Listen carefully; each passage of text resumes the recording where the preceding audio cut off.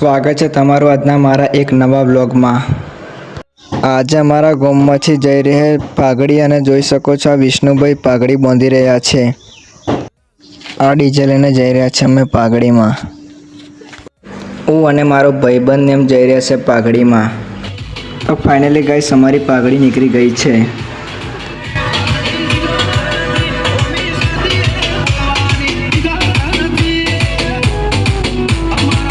તો finally guys અમે ત્યાં પહોંચી ગયા છે અને પી લીધી છે રસના પીને અમે આવી ગયા પાઘડીમાં।